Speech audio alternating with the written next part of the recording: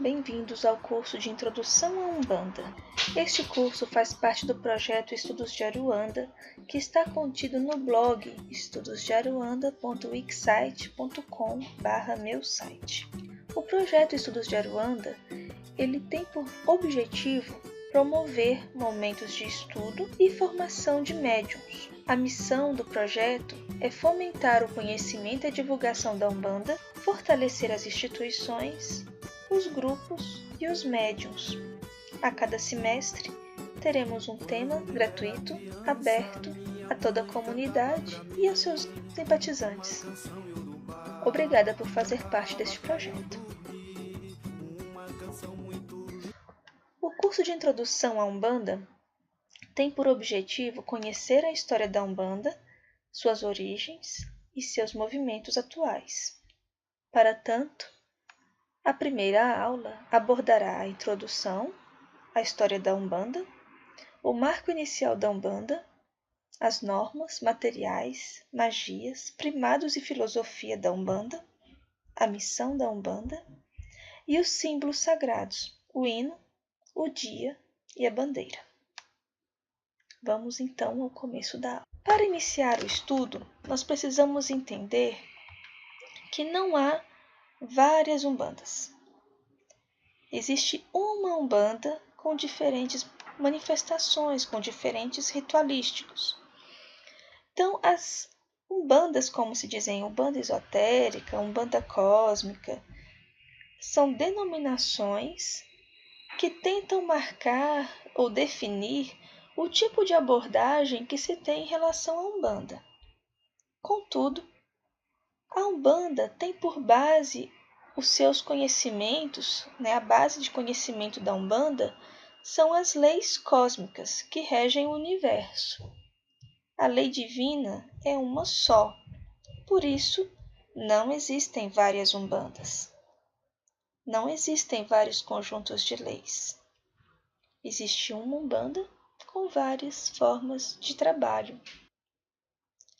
Seus conhecimentos básicos, seus fundamentos básicos em relação ao esoterismo da Umbanda podem e devem ser ritualizados de acordo com as características de cada casa. A Umbanda essência que une todos a uma mesma legislação cósmica, ela não sofre alteração quando são adotados ritos ou modelos de trabalho diferentes. Contudo, aqueles que defendem a existência de várias Umbandas, seja qual o nome que se dê às mesmas, esquece a observância dos princípios ocultos que estruturam a identidade da religião. Dessa maneira, o esoterismo de Umbanda, ele evidencia-se por sua profunda capacidade em identificar os valores e os símbolos de diferentes culturas, respeitá-los e, havendo necessidade e identidade, havendo uma característica que favoreça, dar maior ênfase a um desses elementos de cultura. Em uma sociedade que é tão pluralista como a nossa, a crença, a fé, as tradições das pessoas não podem ser olvidados, menosprezados ou diminuídos. Pelo contrário, a Umbanda encontra a verdade espiritual por trás de cada símbolo, de cada conteúdo, de cada significado, de cada significante. Pois é através dessas chaves interpretativas que as pessoas alcançam o sagrado, que se ligam ao Criador.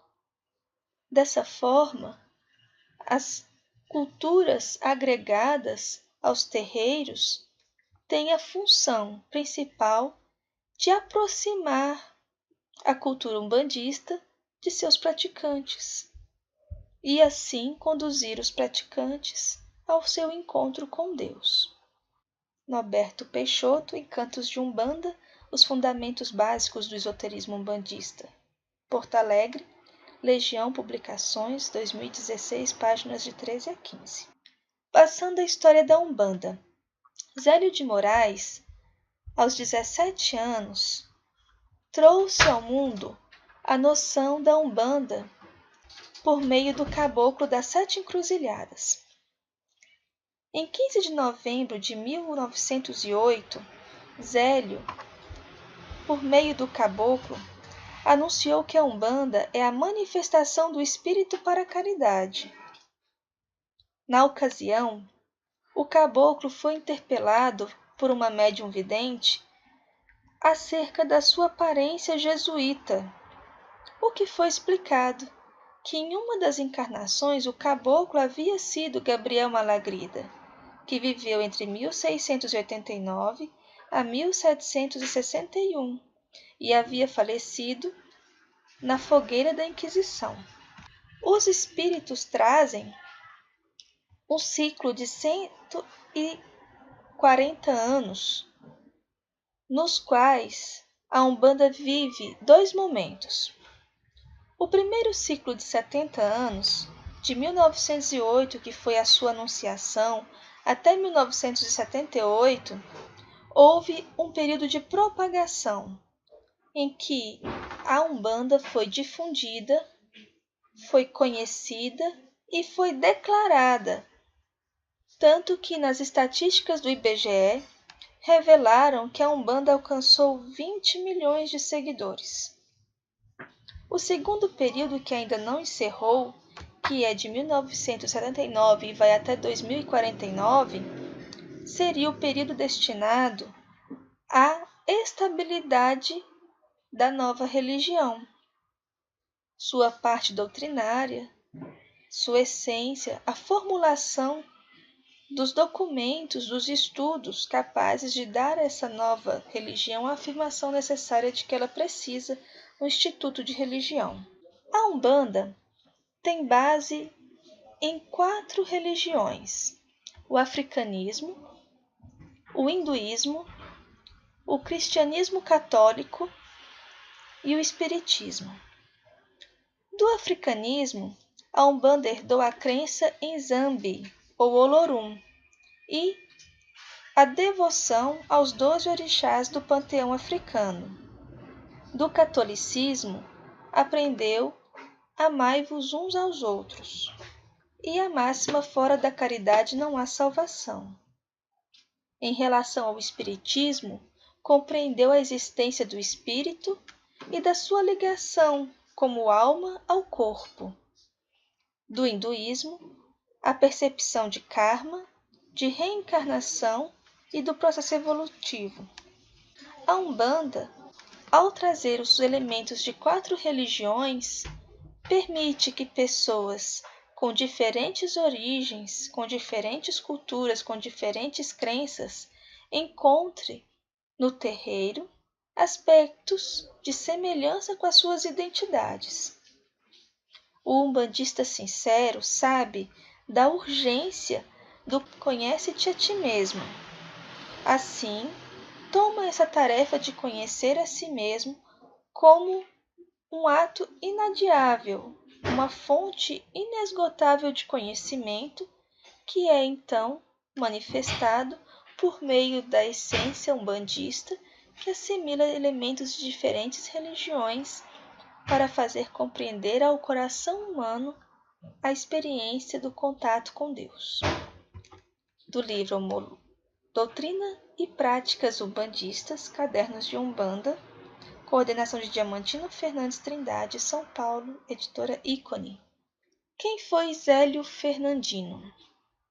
Zélio Fernandino de Moraes nasceu em 10 de abril de 1891, no distrito de Neves, município de São Gonçalo, Rio de Janeiro.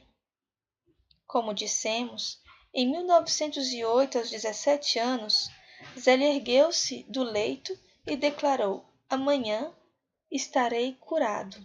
Zélio Fernandino estava acamado e os médicos não encontravam a razão de sua doença, de sua indisposição. Levado a uma curandeira, Dona Cândida, o espírito de tio Antônio havia explicado que Zélio era médium e deveria trabalhar na caridade. logo sua doença seria de cunho espiritual.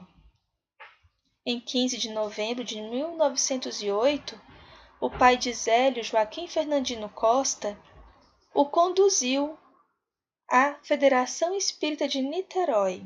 Sentado à mesa, Zélio disse que aqui está faltando uma flor. Foi até o lado exterior da instituição, colheu uma flor e a colocou, uma flor branca, sobre a mesa e incorporou a entidade. O espírito disse: por que repelem a presença desses espíritos se nem sequer se dignaram a ouvir suas mensagens? Será por causa de suas origens sociais ou em decorrência de sua cor? Essa pergunta ocorreu porque naquele dia vários espíritos de negros, de caboclos, haviam manifestado durante a reunião. E os médiuns, não conhecendo ainda as práticas umbandistas, consideraram que estava havendo uma noite de perturbação espiritual. Naquela época, não havia federações umbandistas. Só havia curandeiros, rezadores.